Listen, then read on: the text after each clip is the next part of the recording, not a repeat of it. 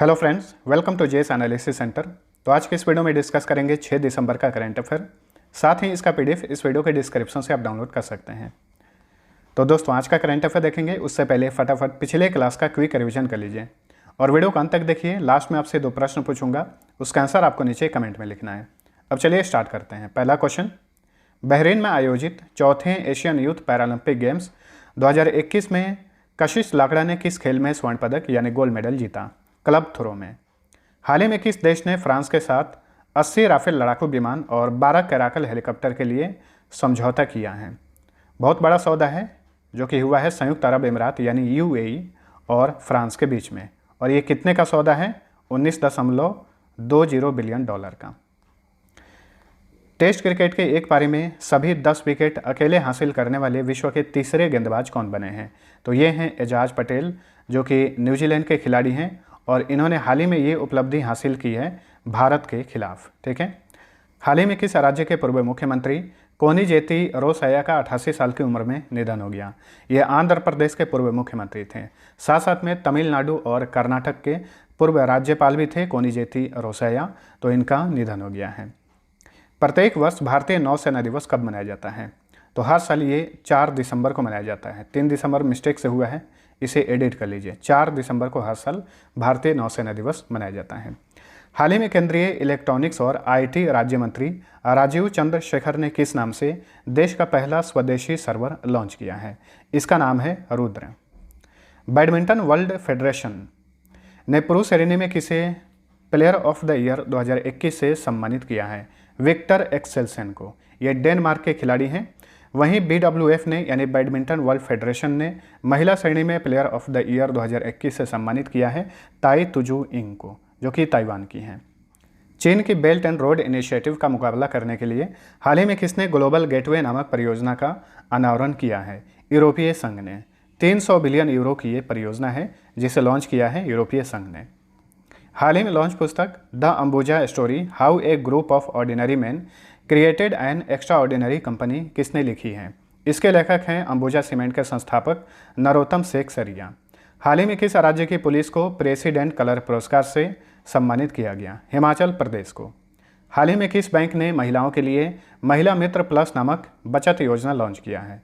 Federal bank ने। National asset reconstruction company के नए अध्यक्ष कौन बने हैं? प्रदीप शाह। तो अब चलिए आज 6 दिसंबर का करंट अफेयर देखते हैं। पहला क्वेश्चन, 5 दिसंबर 2021 को किस विषय के साथ विश्व मृदा दिवस यानी विश्व मिट्टी दिवस मनाया गया? 2021 का थीम है इस दिवस का halt soil salinisation boost soil productivity.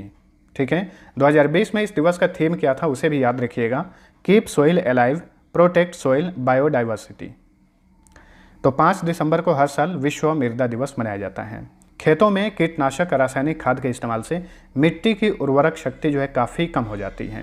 तो इसे रोकने के लिए, इसके प्रति जागरूकता फैलाने के लिए हर साल 5 दिसंबर को विश्व मृदा दिवस मनाया जाता है।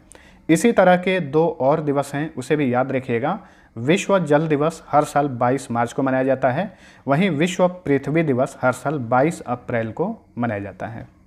चलिए अगला क्वेश्चन, एशियाई विकास बैंक ने स्कूली शिक्षा की गुणवत्ता में सुधार और शिक्षा पर कोविड-19 महामारी के प्रभाव को कम करने में मदद के लिए भारत को कितने मिलियन डॉलर ऋण की मंजूरी दी है?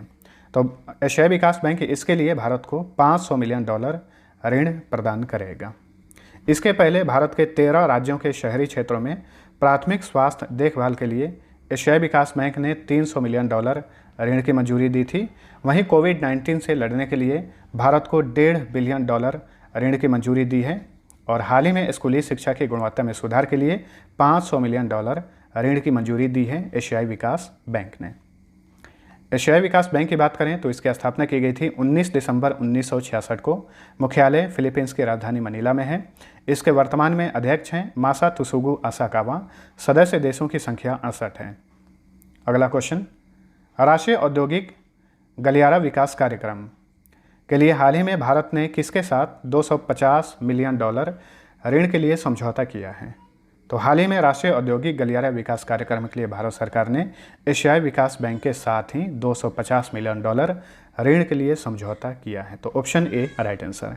एशियाई विकास बैंक के बारे में आप सभी लोग जान चुके हैं। विश्व बैंक का मुख्यालय कहाँ पर है? वाशिंगटन डीसी में है। न्यू डेवलपमेंट बैंक, जिसे पहले ब्रिक्स बैंक कहा जाता था, इसका मुख्यालय शंघाई में है। एशियन इंफ्रास्ट्रक्चर इन्वेस्टमेंट बैंक, इसका मुख्यालय बीजिंग में है। चलिए अगला क्वेश्चन। समुद्री तटों को कचरे से मुक्त करने के लिए हाल ही में किसने राष्ट्रव्यापी पुनीत सागर अभियान शुरू किया है? तो समुद्र तटों को स्वच्छ करने और कचरा मुक्त करने के लिए हाल ही में राष्ट्रीय कैडेट कोर यानी एनसीसी ने पुनीत सागर अभियान शुरू किया है। एनसीसी की बात करें तो इसकी स्थापना की गई थी 16 अप्रैल 1948 को। मुख्यालय नई दिल्ली में है। वर्तमान में एनसीसी के डायरेक्टर जनरल हैं गुरबीर पाल सिंह। एनसीसी का आदर्श वाक्य है एकता और अनुशासन। नेक्स्ट, अनुसूचित जाति के मेधावी छात्रों को निजी स्कूलों में गुणवत्तापूर्ण आवासीय शिक्षा उपलब्ध कराने के लिए सामाजिक न्याय और अधिकारिता मंत्रालय ने कौन सी योजना शुरू की है? इस योजना का नाम है श्रेष्ठ योजना। Option C right answer. तो वेरी इंपॉर्टेंट क्वेश्चन बनेगा, इसे याद रखिएगा, ठीक है। सामाजिक न्याय और अधिकारिता मंत्री हैं वीरेंद्र कुमार। उन्होंने श्रेष्ठ योजना को 6 दिसंबर को लॉन्च किया। तो यहाँ पे एक बात और ध्यान में रखिएगा कि ये किस केंद्रीय मंत्रालय की योजना है? श्रेष्ठ योजना सामाजिक न्याय और अधिकारिता मंत्रालय की योजना है। एक मंत्रालय और है जिसमें आप कंफ्यूज हो सकते हैं, केंद्रीय जनजातीय मामलों के मंत्रालय, उसकी योजना नहीं है बल्कि सामाजिक न्याय और अधिकारिता मंत्रालय की ये योजना है। यहाँ पे श्रेष्ठ का फुल फॉर्म है residential education for students in high schools in targeted areas, ठीक है। चलिए अगला क्वेश्चन। हाल ही में भारत और किस देश ने प्रतिवर्ष 6 दिसंबर को मैत्री दिवस मनाने की घोषणा की है? तो हाल ही में भारत और बांग्लादेश ने हर साल 6 दिसंबर को मैत्री दिवस मनाने की घोषणा की है और 6 दिसंबर 2021 को प्रथम मैत्री दिवस मनाया जा रहा है। यह भी इंपॉर्टेंट क्वेश्चन बनेगा, याद रखिएगा, ठीक है। 1971 में पाकिस्तान से अलग होने के बाद बांग्लादेश को इसी दिन यानी 6 दिसंबर 1971 को भारत ने बांग्लादेश को एक देश के रूप में मान्यता दिया था। तो इसी को याद करने के लिए हर साल 6 दिसंबर को मैत्री दिवस यानी फ्रेंडशिप डे मनाया जाएगा। इसके अलावा 18 और देश हैं जो कि 6 दिसंबर को हर साल फ्रेंडशिप डे मनाएंगे, ठीक है। बांग्लादेश इस साल अपनी स्थापना का 50वीं वर्षगांठ मना रहा है, इसे भी याद रखिएगा। 26 मार्च 2021 को इसने अपनी 50वीं वर्षगांठ मनाई। इसके लिए बांग्लादेश में एक कार्यक्रम का आयोजन किया गया था और उस कार्यक्रम के मुख्य अतिथि थे प्रधानमंत्री नरेंद्र मोदी। अब जानिए बांग्लादेश के बारे में। सबसे पहले इसका मैप देखिए।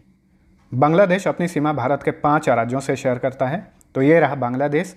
इसकी सीमा मिजोरम, त्रिपुरा, असम, मेघालय और पश्चिम बंगाल से लगती है। इसमें एकमात्र राज्य त्रिपुरा है जो कि बांग्लादेश से तीनों ओर से घिरा हुआ है। गंगा नदी को बांग्लादेश में पद्मा और ब्रह्मपुत्र नदी को जमुना के नाम से जाना जाता है। इसकी राजधानी है ढाका। राष्ट्रपति हैं अब्दुल हामिद। प्रधानमंत्री हैं शेख हसीना। यहाँ की संसद का नाम है जातीय संसद। करेंसी है टका।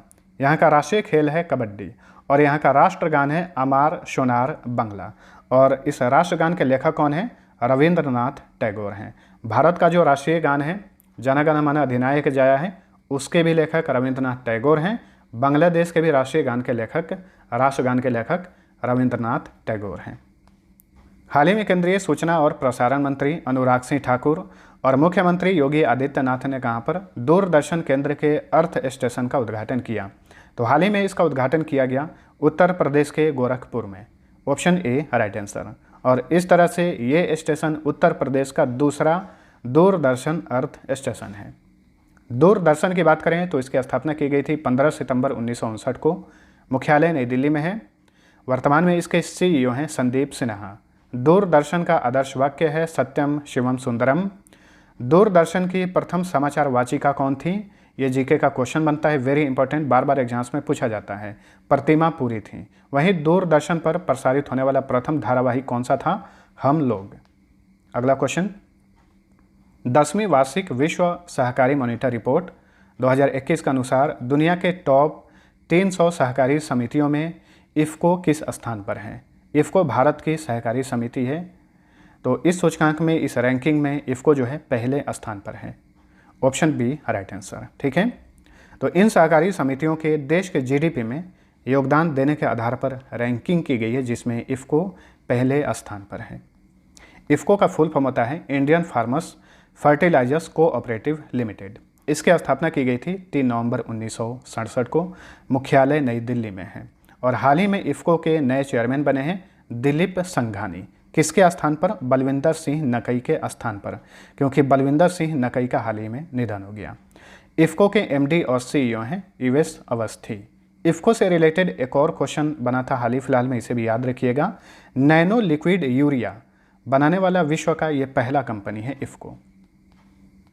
हाल ही में सेमेरू ज्वालामुखी में विस्फोट देखा गया। ये किस देश में स्थित है? तो सेमेरू ज्वालामुखी में विस्फोट हुआ है, इसके कारण ये ज्वालामुखी काफ़ी चर्चा में बना हुआ है। तो याद रखिएगा इंडोनेशिया में है। इंडोनेशिया के सबसे सक्रिय ज्वालामुखियों में से ये एक है सेमेरू ज्वालामुखी, जो कि जावा द्वीप पर स्थित है इंडोनेशिया में। ठीक है। इंडोनेशिया की बात करें तो इसने इसी साल पुरुषों का जो द्विवार्षिक हर 2 साल पे थॉमस कप का आयोजन किया जाता है, उसका खिताब जीता है इंडोनेशिया ने। वैसे 2020 का ये संस्करण था थॉमस कप का, उसका खिताब इंडोनेशिया ने जीता। इंडोनेशिया का सबसे अधिक जनसंख्या वाला द्वीप कौन सा है? जावा द्वीप है। और लगभग 13,466 द्वीपों के साथ इंडोनेशिया दुनिया का सबसे बड़ा द्वीप समूह देश है। माउंट मेरापी ये इंडोनेशिया का सबसे सक्रिय ज्वालामुखी है। अक्सर इसमें विस्फोट देखा जाता है। इंडोनेशिया की राजधानी है जकार्ता। यहाँ के राष्ट्रपति हैं जोको विडोडो। यहाँ की करेंसी का नाम है इंडोनेशियन रुपया। अच्छा, एक बात और याद रखिएगा, बताइए कि भारत का एकमात्र सक्रिय ज्वालामुखी कौन सा है? तो वो है बैरन द्वीप ज्वालामुखी। बैरन द्वीप ज्वालामुखी कहाँ पर है? अंडमान और निकोबार में है। नेक्स्ट, निम्न में से किस राज्य की सरकार ने महिलाओं के लिए बैक टू वर्क योजना शुरू की है? तो महिलाओं के लिए बैक टू वर्क योजना लॉन्च किया है राजस्थान की सरकार ने। Option D right answer. वैसी महिलाएं जो पारिवारिक हालात के कारण अपनी नौकरी छोड़ दी थी, उन्हें वापस से नौकरी में लाने के लिए राजस्थान की सरकार ने बैक टू वर्क योजना शुरू की है। अब राजस्थान का मैप देखिए। राजस्थान क्षेत्रफल के हिसाब से भारत का सबसे बड़ा राज्य है और 5 राज्यों से अपनी सीमा शेयर करता है: गुजरात, मध्य प्रदेश, उत्तर प्रदेश, हरियाणा और पंजाब। इसका गठन हुआ था 30 मार्च 1949 को। जिलों की संख्या 33 है। राजधानी जयपुर को ही पिंक सिटी कहा जाता है। यहाँ के मुख्यमंत्री हैं अशोक गहलोत, गवर्नर हैं कलराज मिश्रा, मुख्य न्यायाधीश हैं अकील अहमद कुरैशी। राजस्थान हाईकोर्ट कहाँ पर है? जोधपुर में है। लोकसभा सीट की संख्या 25, राज्यसभा सीट 10, विधानसभा सीट की संख्या 200 है। यहाँ का स्टेट एनिमल ऊँट है, स्टेट बर्ड गोडावन है, स्टेट ट्री खेजड़ी, स्टेट फ्लावर रोहिड़ा और स्टेट खेल है, यहाँ का स्टेट गेम है बास्केटबॉल। झूमर, घपाल, पनिहारी, जिंदाद, नेजा, कलबेलिया तथा गनगौर यहाँ के लोक नृत्य हैं, यानी फोक डांस हैं। Ranthambore national park, Sariska national park, Keoladeo national park, desert national park, Mukundra hills national park सारे राजस्थान में हैं। घाना पक्षी विहार तथा कुंभलगढ़ अभयारण्य। मीणा, सहरिया, सांसी, भील, बंजारा, कोली, गरासिया यहाँ के प्रमुख ट्राइब्स हैं। राणा प्रताप सागर डैम चंबल नदी पर है। जवाहर सागर डैम ये भी चंबल नदी पर है और ये सारे राजस्थान में हैं। चलिए अगला क्वेश्चन। भारतीय अंतर्देशीय जलमार्ग प्राधिकरण के नए अध्यक्ष कौन बने हैं? इस प्राधिकरण के नए अध्यक्ष बने हैं संजय बंदोपाध्याय। इन्हें अमिताभ प्रसाद के स्थान पर नियुक्त किया गया है। भारतीय अंतर्देशीय जलमार्ग प्राधिकरण, इसे इंग्लिश में बोलेंगे inland waterways authority of India. इसकी स्थापना की गई थी 27 अक्टूबर 1986 को। हेडक्वार्टर नोएडा में है। अगला क्वेश्चन। भारतीय राष्ट्रीय राजमार्ग प्राधिकरण यानी national highway authority of India के नए अध्यक्ष कौन बने हैं? तो भारतीय राष्ट्रीय राजमार्ग प्राधिकरण की नई अध्यक्ष बनी है Alka Upadhyay. Option B right answer. Alka Upadhyay को गिरिधर अरमानी की जगह नियुक्त किया गया है। भारतीय राष्ट्रीय राजमार्ग प्राधिकरण यानी national highway authority of India की बात करें तो इसकी स्थापना की गई थी 1995 में। मुख्यालय दिल्ली में है। हाल ही में भारत सरकार ने कई सारी नियुक्तियां की हैं, उन्हें भी याद रखिएगा। संदीप कुमार नायक को हाल ही में राष्ट्रीय उत्पादकता परिषद यानी नेशनल प्रोडक्टिविटी काउंसिल का डायरेक्टर जनरल बनाया गया है। वहीं उपमा श्रीवास्तव को राष्ट्रीय अनुसूचित जाति आयोग यानी national commission for schedule caste का सेक्रेटरी बनाया गया है। जुथिका पाटनकर को केंद्रीय सूचना आयोग का सचिव बनाया गया है। चलिए अगला क्वेश्चन। 100% वयस्क आबादी को पूर्ण कोविड टीकाकरण करने वाला देश का पहला राज्य कौन बना है? बहुत ही ज़्यादा इंपॉर्टेंट क्वेश्चन बनेगा ये। तो 100% वयस्क आबादी को, क्योंकि बच्चों को तो टीका अभी नहीं लगाया जा रहा है भारत में, जो भी टीके लगाए जा रहे हैं वयस्क आबादी को ही लगाए जा रहे हैं। तो वयस्क आबादी को पूर्ण रूप से कोविड टीकाकरण करने वाला देश का पहला राज्य बन गया है Himachal Pradesh. Option A right answer. ठीक है, अब कोविड से संबंधित बहुत सारे क्वेश्चन बने हाल ही फिलहाल में, इन सभी को याद रखने हैं। भारत में टीकाकरण की शुरुआत कब की गई? 16 जनवरी 2021 को। कोविड टीका बनाने वाला विश्व का पहला देश कौन है? रूस है। और उस टीके का क्या नाम है जिसे पहली बार बनाया गया? स्पुतनिक 5। जानवरों के लिए कोरोना वैक्सीन बनाने वाला विश्व का पहला देश कौन सा है? रूस है। और उस वैक्सीन का नाम क्या है जो कि जानवरों के लिए है? कार्निवाक को। 100% कोरोना टीकाकरण करने वाला भारत का पहला शहर कौन सा है? भुवनेश्वर। राज्य में पूछे तो हिमाचल प्रदेश, शहर में पूछे तो भुवनेश्वर, और गांव का पूछे कि 100% कोरोना टीकाकरण करने वाला भारत का पहला गांव कौन सा है, तो ये है वावेन गांव, जो कि जम्मू कश्मीर में है। ठीक है, कोवैक्स पहल चलाई जा रही है गरीब देशों के लिए। इसी पहल के तहत गरीब देशों को मुफ्त में टीका दिया जाता है, और इसी पहल के तहत मुफ्त में टीका पाने वाला विश्व का पहला देश घाना है, जो कि अफ्रीकी देश है। तो दोस्तों, यह था हमारा आज का करंट अफेयर। वीडियो पसंद आया है तो लाइक और शेयर जरूर करना। अब पिछले क्विज का सही उत्तर जान लीजिए। पहला क्वेश्चन था, सौर मंडल के विकास के बारे में अध्ययन करने के लिए हाल ही में नासा ने कौन सा मिशन लॉन्च किया है? इसका राइट आंसर था ऑप्शन बी, लूसी मिशन। दूसरा क्वेश्चन था, राष्ट्रीय अनुसंधान विकास निगम इंडिया के नए चेयरमैन और प्रबंध निदेशक कौन बने हैं? इसका राइट आंसर था ऑप्शन बी, अमित रस्तोगी। अब चलिए आज का पहला क्विज है, मेरिलबोर्न क्रिकेट क्लब ने हाल ही में किन 2 भारतीय खिलाड़ियों को मानद आजीवन सदस्यता प्रदान की? दूसरा क्वेश्चन है, नवीनतम पुस्तक sir Syed Ahmad Khan reason religion and nation के लेखक कौन हैं? दोनों का आंसर नीचे कमेंट करके बताइए। मिलते हैं अगले वीडियो में, तब तक के लिए टेक केयर।